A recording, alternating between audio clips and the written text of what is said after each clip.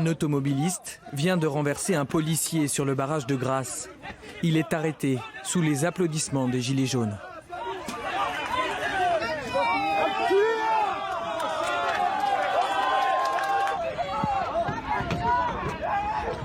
Sur l'autoroute, près de Chambéry, ce véhicule a forcé un point de blocage. Les manifestants le stoppent avec violence. C'est bon. Ça fait 2 fois que tu passes. Ça passera pas. Si je veux passer 5 fois, je passerai 5 fois. T'as dit que t'allais à Montferrand tout à l'heure. J'ai un rendez-vous, je rentre chez moi maintenant. Des scènes de tension extrêmes provoquées par les barrages comme ici à Besançon. Certains automobilistes sont à bout de nerfs. Les gens qui travaillent, ils peuvent aller travailler quand même. Là, ça passera pas depuis ce matin. Purée, mais c'est pas possible, il va falloir qu'on fasse quoi? Je travaille au centre-ville. Ça fait 1h30 que je suis bloqué là, c'est scandaleux. Mais laissez les gens travailler, bordel. Mais oui, j'en mets du gasoil. Mais alors, je veux aller travailler. Je comprends pas. Moi, je travaille, j'ai un restaurant, je peux pas aller travailler, c'est incroyable. Et en plus, il y a des gens qui ont des comportements désobligeants avec ma fille, avec ma maman. C'est incroyable. C'est une honte. Ici, des gilets jaunes s'en prennent à un non-manifestant, roué de coups au sol. À certains endroits, des altercations très violentes éclatent.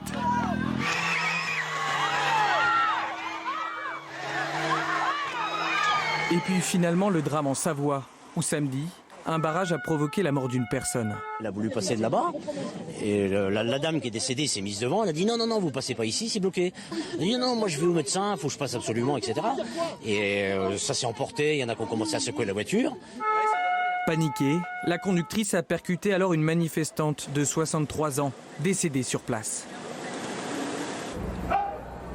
En son honneur, 1 minute de silence est respectée quelques heures plus tard à Toulouse. Allez, jouez le jeu, s'il vous plaît. Top. Le blocage dure depuis samedi matin. Les gilets jaunes sentent la pression monter et mettent en place un barrage filtrant. On va libérer la voie de droite de 1 mètre à 1,50 m pour laisser passer les camions qui commencent un peu à ronfler. On a eu pas mal de camionneurs on a eu des retombées comme quoi ça commence à chauffer. Donc on va libérer un petit peu les voies pour laisser passer les camions. Samedi à Paris, plus de 1000 manifestants se sont rassemblés sur les principaux axes de la capitale. Certains gilets jaunes se sont dirigés vers l'Élysée et la place Beauvau, repoussés par les forces de l'ordre. Hier, certains voulaient effectivement prendre d'assaut le ministère de l'Intérieur, comme ils ont voulu le faire des préfectures.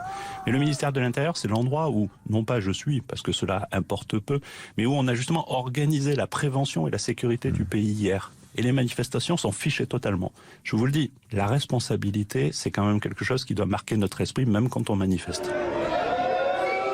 Bilan, 3 jours après le début du mouvement, 1 mort et plus de 400 blessés.